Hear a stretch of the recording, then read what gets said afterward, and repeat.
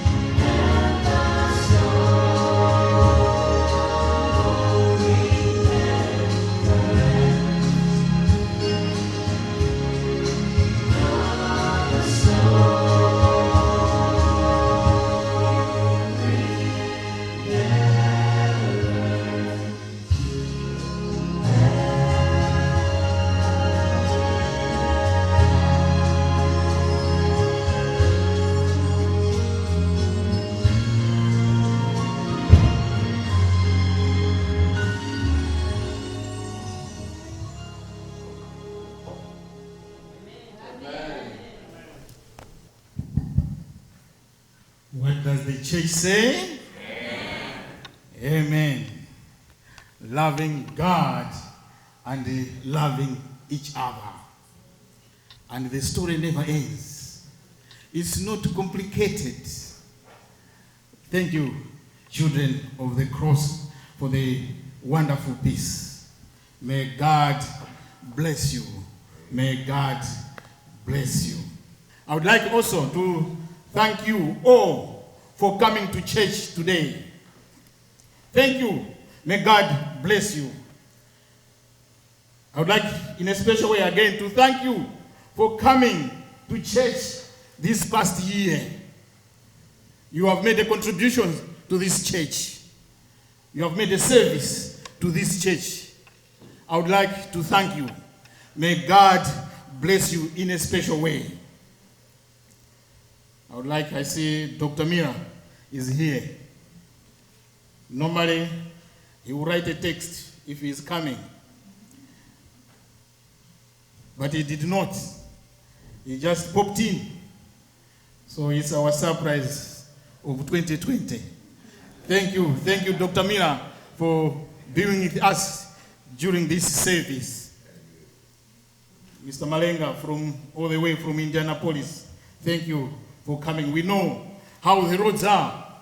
For somebody to drive all the way, thank you, it's a sacrifice. May God bless you. May God bless you.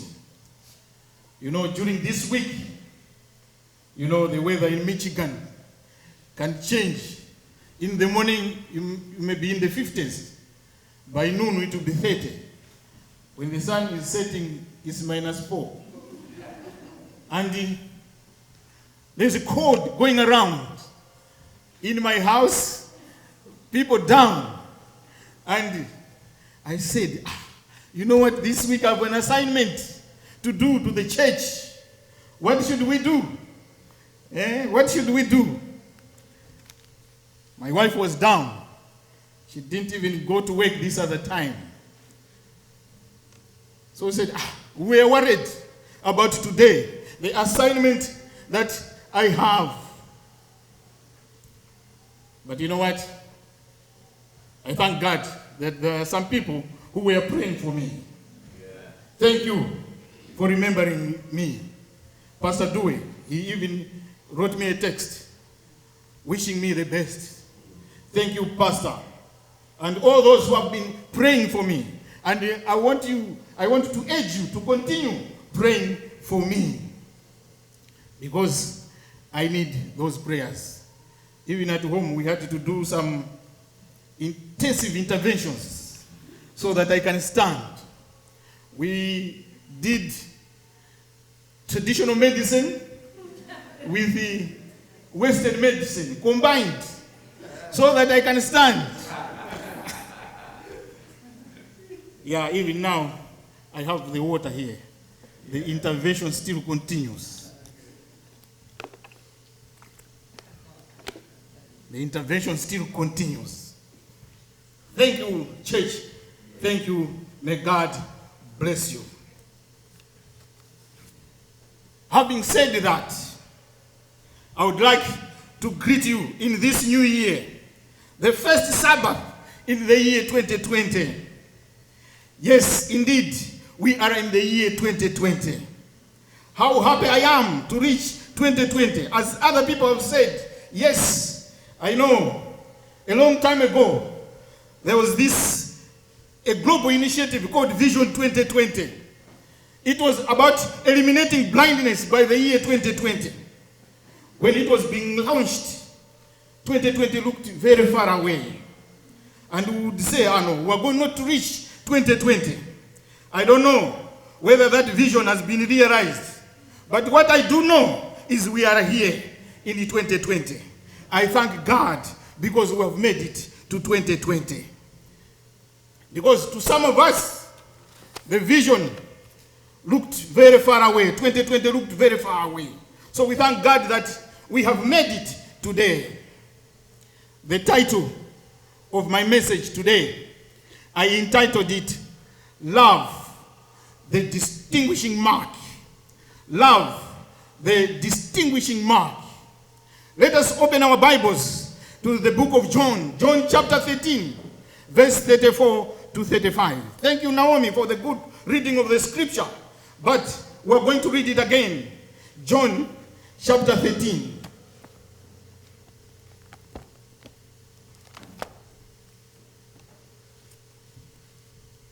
John chapter 13, verse 34 to 35. A new commandment I give to you, that you love one another, as I have loved you, that you also love one another. By this all will know that you are my disciples, if you have love for one another. May the Lord bless the reading of the word. These are the words of Jesus himself. The words of Jesus. Last year, in November, I had the privilege of visiting Scotland in the United Kingdom for the first time. I visited Glasgow and Edinburgh. When I visited these places, I remembered the words of our former president of the Republic of Malawi, the late Dr. Kamuzu Banda. He used to say, traveling is a school. When you travel, he used to say, you learn. Yes, I agree with the late Dr. Banda's words. When I traveled to Scotland, it's not the beauty of the places that caught my attention, but the historic nature of it. The people of Scotland maintain their heritage. It's a very historic place. But there is another thing that caught my attention as I traveled the countryside of Scotland. The area I traveled, many people are farmers and they rear sheep. I saw large flocks of sheep on different farms belonging to different people. It was my first time to see large numbers of sheep together. The sheep were on different farms belonging to different farmers, and these farms were just adjacent to each other. But to my surprise, there was no fence to demarcate each farm. The sheep on each farm were together in a tightly knit group. I saw groups and groups of sheep on each farm, but no fence. I had a question. The question was, can the sheep on these farms not get mixed? The sheep from one farm mixing with the other sheep belonging to another farmer. Can they not get mixed? That was my question. But when I asked, they said no. Number one, because sheep know their owner. Each group of sheep know where they belong to. So there is no question for them being mixed. They always stay together. Same place, always waiting for the owner to direct them where to go. But sometimes, yes, they said, yes, it happens because of circumstances, in emergencies. Something strange happening. Sheep can get mixed. So number two, they said, the owners also mark their sheep with dots of spray of paint so that they can identify them in case for some reasons they get mixed. In fact, I read somewhere that another farmer painted all his sheep pink. And everybody knew to whom these sheep belonged to. The pink coloring on this sheep was a way the owner identified the sheep. One could not miss the owner of this pink sheep. The pink coloring was a distinguishing mark for all these sheep belonging to this particular farmer. Whenever people saw the pink sheep, they knew who the owner is. One could not miss them because of this distinguishing mark, the pink color.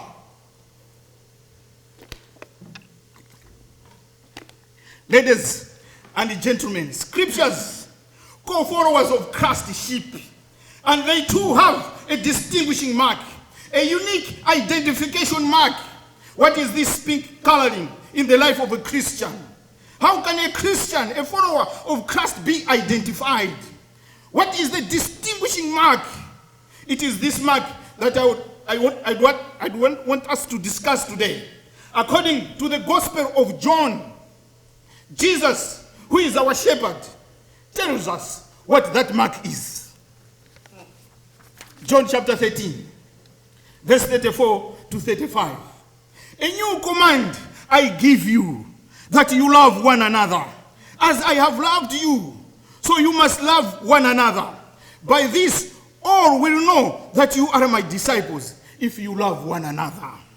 Ladies and gentlemen, according to the Gospel of John, Jesus tells us how people can be identified, those who are the followers of Christ. Jesus says, you must love one another.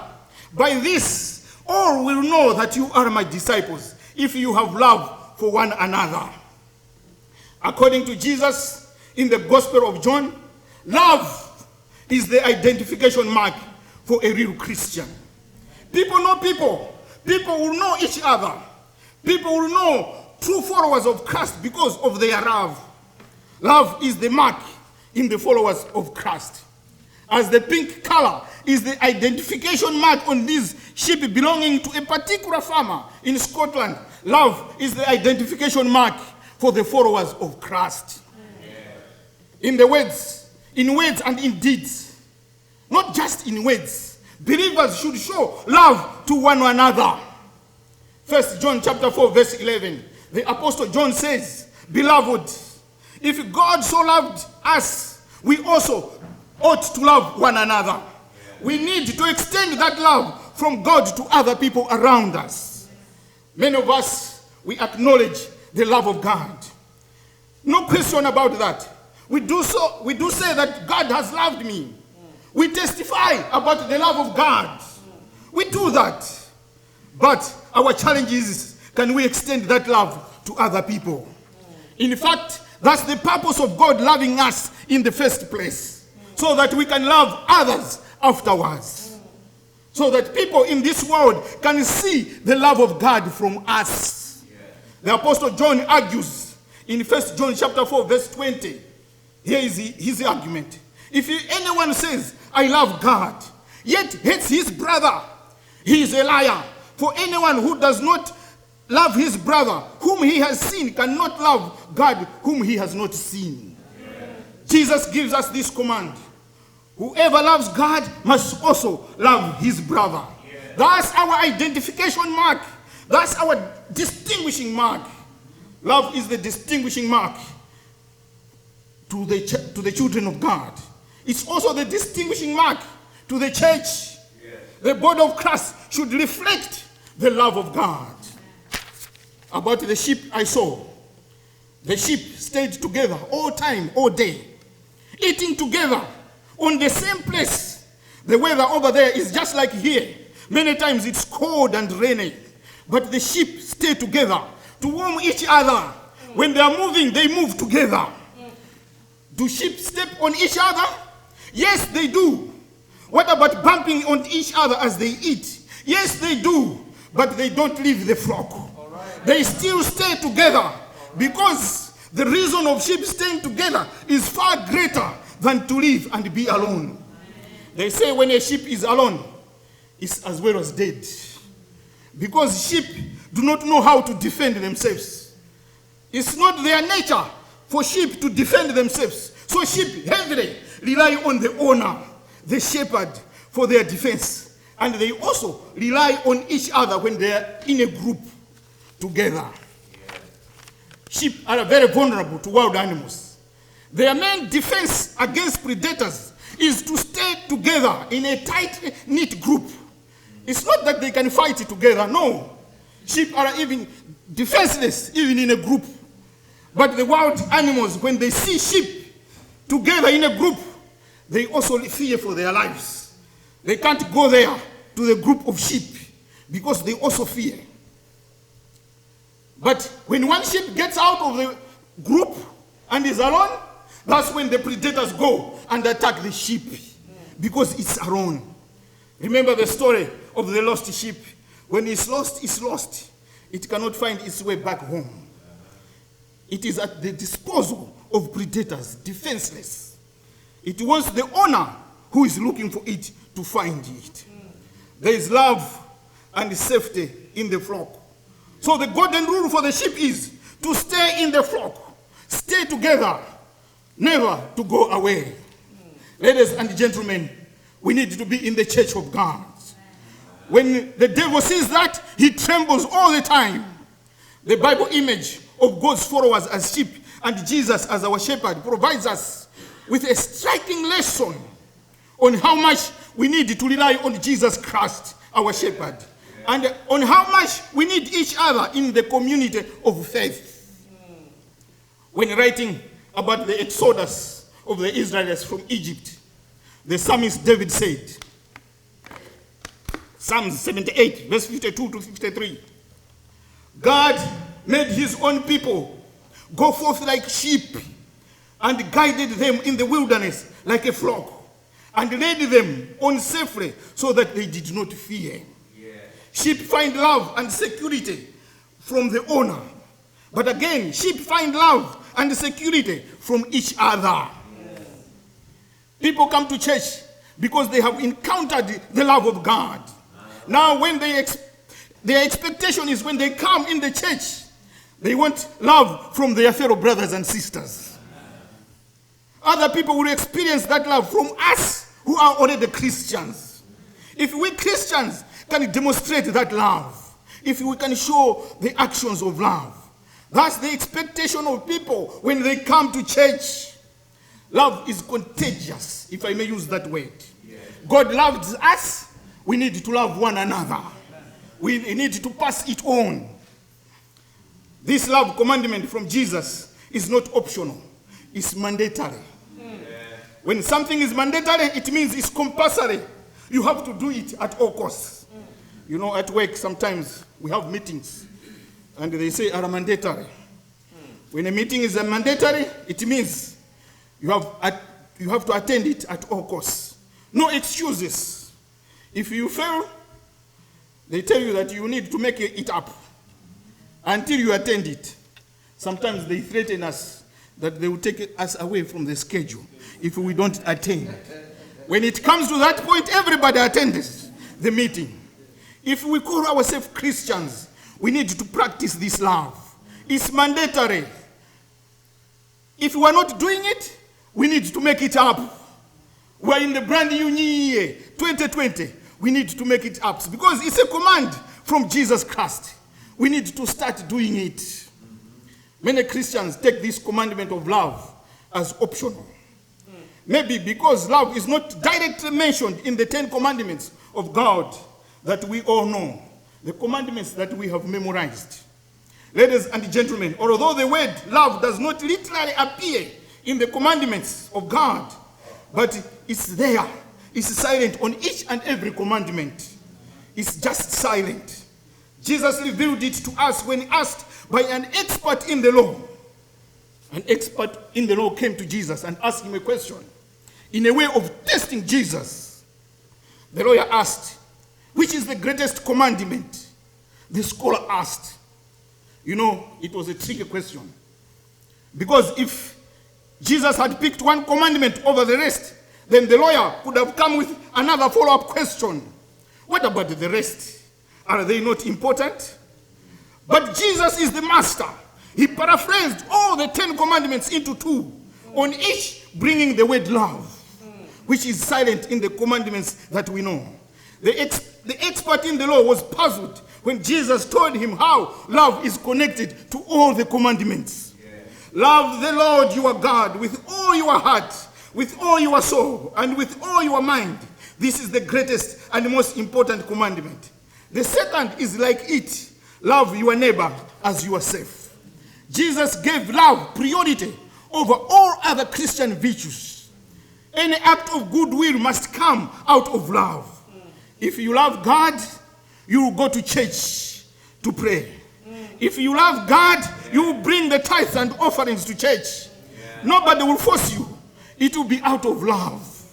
In the same way, if you love your neighbor, you will not steal from your neighbor. If you love your neighbor, you will not be talking bad things about your neighbor.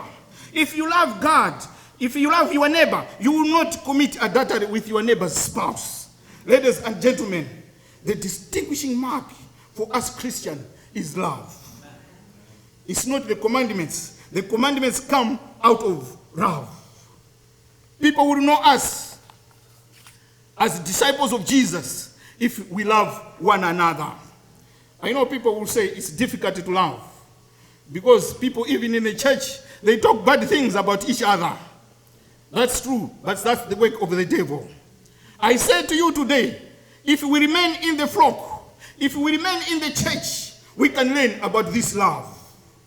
If we submit our lives to Jesus, Jesus can teach us this love.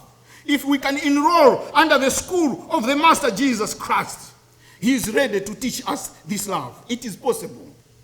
Let us not be defensive, saying that it cannot be done. Jesus can change our behaviors. We just have to be willing to learn. You know, the people go to school and study careers and graduate to have masters and PhDs. First of all, they are willing to study these careers. If you are not willing, you will not graduate. People say there are certain courses that are difficult to study, but you wonder that other people graduate in those difficult courses. And there are professors in those difficult courses. Those professors first, they graduated in those courses. What it means, they were willing to learn and study those courses until they were professors. In the same way, if we open our hearts, we can learn about love. Under the guidance of the Master Jesus Christ, we can graduate in this school of love. The first step is humbleness. We must be willing to learn from Jesus. We learn this love when we come here in church. Learning is a process. It does not happen in one day. But you know what? When you are learning, you know that one day you will graduate. Let us look at the examples of the disciples of Jesus. It gives us a good example. What does the word disciple mean? It means a student. The disciples were students of Jesus during his ministry. These disciples had their own shortfalls. They were fighting over who is the greatest. They fell asleep and left Jesus alone during the time of agony in the Garden of Gethsemane. Peter denied Jesus. Judas betrayed him. Thomas doubted. At the cross, all the disciples deserted Jesus and fled, and they ran away. But what did most of these disciples become afterwards? Almost all of them, they graduated and became apostles. Ladies and gentlemen, they were willing to be connected to Jesus Christ. And who is an apostle? An apostle is a messenger, one who is sent to deliver a teaching, a truth to others. After learning under the great Master Jesus, these disciples later graduated and became apostles. This happened when all of them were willing and be connected to the source of power, the Holy Spirit. Not all disciples were apostles, but all apostles were disciples. The apostles fully submitted their lives to Jesus, and they were changed. They were different than they were at first. It was because of their submission to Jesus, willing to learn under the great Master, Jesus Christ. Yeah. Jesus did not forsake these disciples. Jesus was with them until they became apostles. And Jesus was with them throughout their lives, and they made wonders. What happened to these disciples can also happen to us. Let us yield to Jesus. Let us be willing to submit ourselves to Jesus. If I know sometimes we say we have different temperaments. We are born with different behaviors. But there's nothing that can lack Jesus. He can change us if we submit to him. If first of all we can submit our lives to Jesus, everything is possible. We can graduate in this school of loving one another. It is important because as Christians, when we demonstrate Christian love, it distinguishes believers from the rest of the world. By this, all will know that you are my disciples if you love one another. Jesus' followers will be identified by this love. So as Christians, we don't have an option but to love one another, because that's what identifies us. As the pink color is used to identify the sheep of this particular farmer. Love is the identification mark for all the followers of Christ. Show your Christian love for the whole world to see. Be kind to each other. Pray for each other. Living in your life Jesus' commandment, love one another. As we have started the new year, we can make a new resolution. One resolution should be love one another.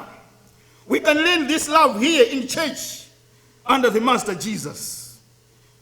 Today we have the Lord's Supper. The Lord's Supper reminds us of the same. Love God and loving one another.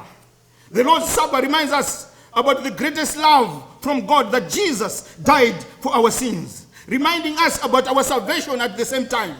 When we do foot washing, the Lord's Supper, it should remind us of humbleness, love, and also forgiveness. Clearing the slate, starting anew in this fresh year, 2020. It's a special year. You know, 2020, it's not just a new year, but it's a new decade. Ladies and gentlemen, it's our chance. Time is not on our side. We need to mend our broken relationships, because the Bible says we need to love one another. Jesus gave us an example of love and forgiveness by washing the feet of the disciples, including Judas, showing love and forgiveness. You know, they say the work of the washing the feet of the masters during the Lord's Supper, it was done by foreign slaves. It was not even expected of a Jewish slave to wash the feet during Lord's Supper. It was a degrading job, according to the Jews. They could not do it. You know, until when I came into this country, I've learned not to degrade any job that one does. Each job is important. Each job can give you money to pay your bills. That's what is important. But the Jews degraded this job of foot washing. Now, in the absence of these slaves, the younger ones were the ones who were supposed to wash the feet of the elderly.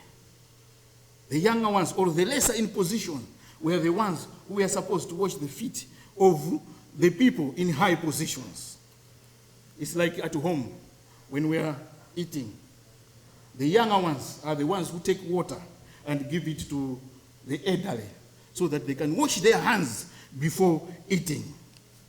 It's not the elderly taking water, giving it to the younger ones. It did not happen like that. Now, during the Lord's Supper with Jesus and the disciples, there were no slaves. And in the absence of the slaves, the disciples were the ones who were supposed to get water and wash the feet of the Master, Jesus Christ. But nobody among the disciples was willing to do it. Nobody volunteered it.